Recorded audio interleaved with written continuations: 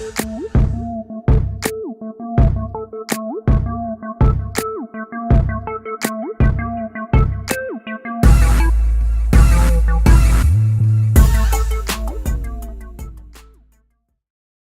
up, potato chips? This is your girl, Jerry Nicole, your favorite couch potato, coming to you guys with the final review in our catch-up for Good Girls. This is Season 1, Episode 4, entitled Atom Bomb.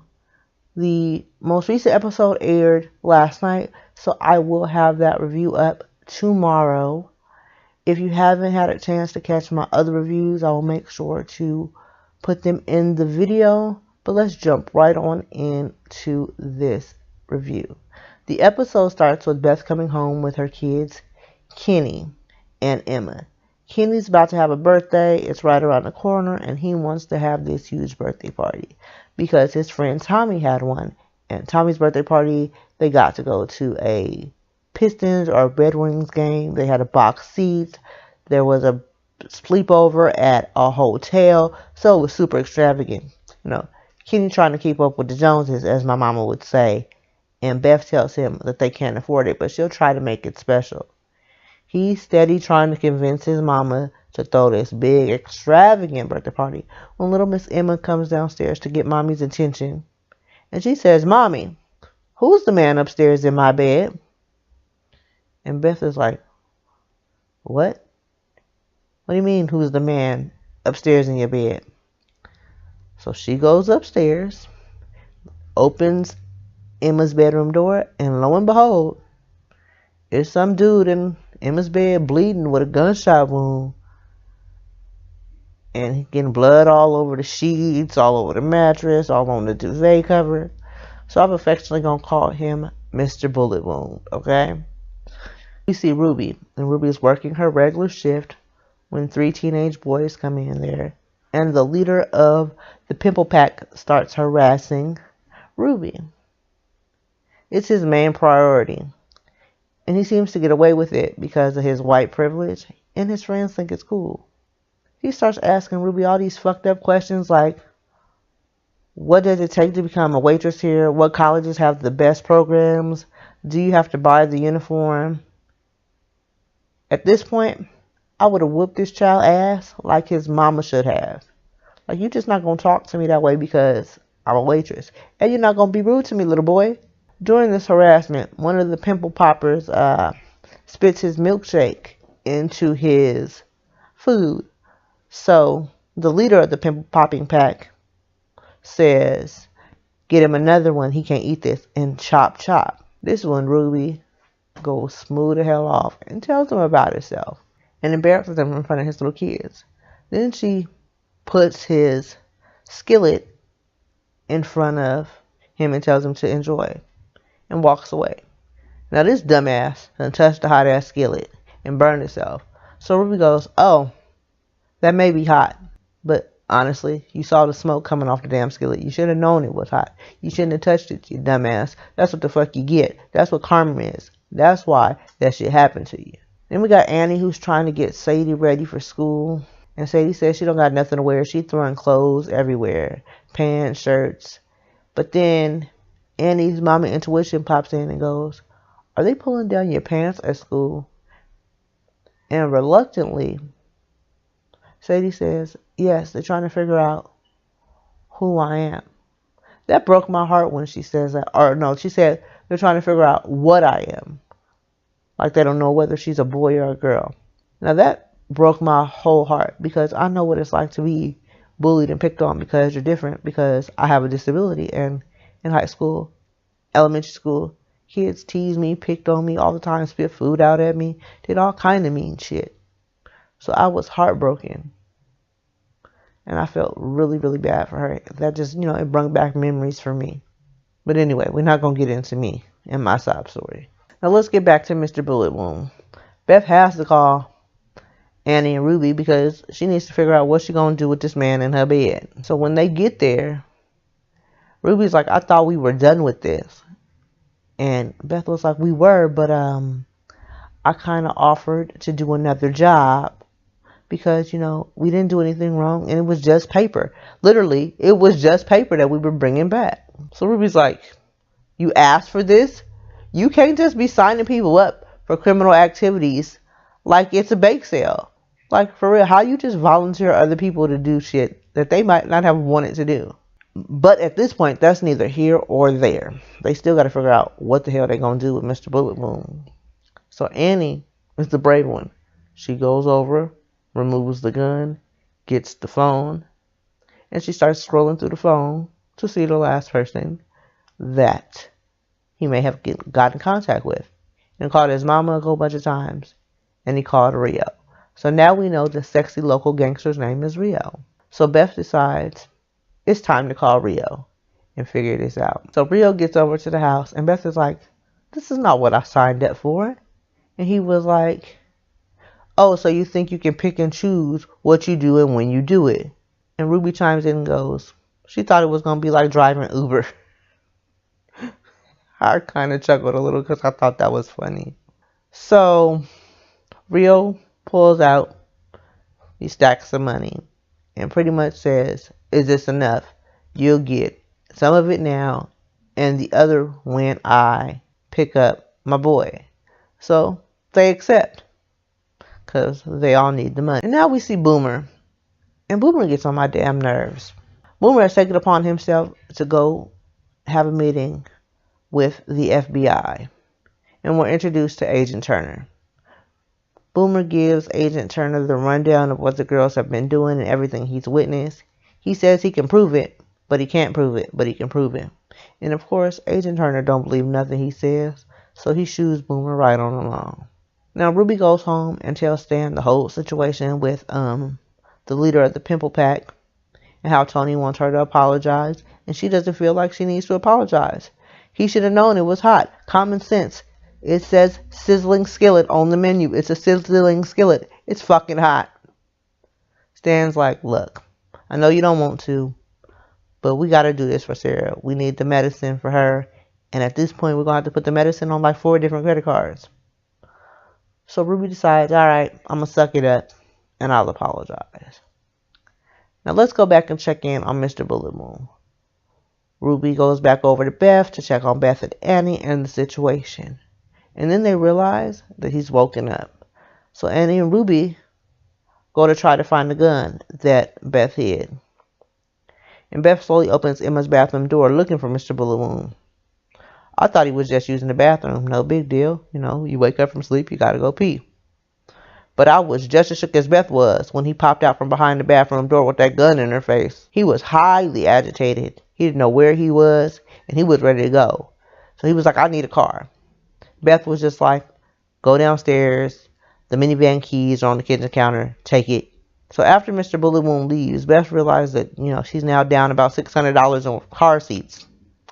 And Emma's favorite bunny, Carl. And then she says, I'm tired of almost dying. And Ruby was like, oh, you are. And so was I. I'm like, you signed up for this. Remember how I said she was intrigued? See what intrigue gets you? It gets you almost shot. She couldn't leave well enough alone and damn near got shot, and now her car is gone. So that's her fault. Now she gotta deal with the consequences. Now Dean comes to drop off the kids, and Kenny says, Ma, don't be mad at Dad. Because Dad has promised Kenny the birthday party that Beth had already said he couldn't have. And then Kenny says, well, Mom, 5 of my friends said they can't come, but 32 of them can. First off, she wasn't planning on having a party for more than probably 5 kids to begin with. Now we got 32 coming because Daddy done opened his mouth. But here go Dean. You know what Kenny said he wanted? Kenny said he wants his parents back together for his birthday. So, of course, Beth feels bad. So now it's time to plan a birthday party. So the girls go shopping at Cloud9 to put together this birthday party. Now they must pick the most horrific shit ever. They got retirement banners, potatoes. I mean, the theme of this birthday should have been called The Struggle. Because the struggle that they had trying to put together items for this party was horrible. But at checkout, the cashier tells him that they have a 30-day return policy with a valid receipt on anything in the store. So now the girls go back and they start really shopping. I mean, they're buying stupid shit. Popcorn machine, bubble makers, pinatas, chocolate fountain, all kind of stuff that you don't need. They spend like 10 G's on stuff for this boy's birthday. But who gives a fuck? They're going to return it all anyway, right? Now it's time for Ruby to apologize. So she's back at the diner with Milkshake and his mom. And they're waiting for an apology that they think they deserve. But they really don't deserve. The mama says it's a 3rd-degree burn. And the boy says, I may have to get a skin graft. So Ruby gives an apology. It's forced. It's non-believable. The mama don't like it. Tony wants it to be better. And then the little boy says, chop, chop again. And Ruby had it. So again, here she go and she went in. She said, I'm sorry you have your head so far up your ass that you think it's okay to blame everyone else for your son being a moron. The mama whole face was like, no, this bitch didn't. But then she went further in and said, I'm sorry your son is such a punk ass bitch because this is a surface burn. And I hollered. I mean, I was crying. Ruby didn't give not a one fuck. Then she looked over at Tony and said, I'll go clean out my locker now. And I'm telling you, the mom still was looking like, did she just call my son a punk ass bitch? And the little boy looked like, I mean, this was the look on his face. He was scared, hurt. He didn't know if he wanted to cry. But it was hilarious. I think I rewatched that scene at least 4 times. But enough about that. Now it's time for the party. Today at Kenny's party, we get 2 surprise guests. Boomer comes and delivers a cake. Boomer came to be nosy. That's what Boomer really came for. He didn't care nothing about that little boy. He just wanted to see what the girls was doing. Rio comes and he shows up. And he's in the backyard. So Beth, hurry up and get into the house. And he's like, well, I'm here to pick up my boy. And she's like, well, he's not here. And when he left, he stole my car. So I need to get compensation for that. And Rio was like, what you think this is? Little League? You get a trophy for just playing? And Beth was like, well, I tried. Rio don't give no fucks about no trying. That's what he told her. He goes, I don't give a damn you tried. You gotta win, bitch. And she looked like, did he just call me a bitch? But she also looked like she was turned on a little bit. So now Rio mad. He done left empty-handed. So as he's leaving, he runs into Boomer, who vaguely recognizes him. And Boomer snaps a picture. And of course, later on, Boomer goes back to Agent Turner and goes, look what I have. And he shows him the picture. Dean is surprised to see that Rio's at the party too. So he asked Emma, does mommy ever have any friends over? And Emma was like, just the man in the bed that I wasn't supposed to tell you about. So of course, you know, that don't end well. Because now Dean and Beth are arguing. And she's like, I'm not telling you anything. And he's like, I have the right to know. And she was like, you lost your right when you was fucking your secretary. He's trying to talk to Beth. And then all of a sudden he blurts out, I have cancer. And I felt bad. I was like, oh, he's sick. And the look on Beth's face is like, damn. So now she's like, all right, he can move back in. Telling, you know, Annie everything. And Annie's like, don't worry about it. We'll handle everything else. Annie's getting ready to leave to go return the stuff to Cloud 9. When guess who shows up? Mr. Bullet Wound. He came back with the van. Now the van is rifled in bullets. He was like, thank you for the van. I put gas in it. And if you ever need anything, I owe you. So Annie takes him up on the offer. Gives him a ride. But they slide over to Sadie's school. And Mr. Bullet Wound goes to talk to the boys who was picking on Sadie. And warn them, don't do that shit no more, I'll be back.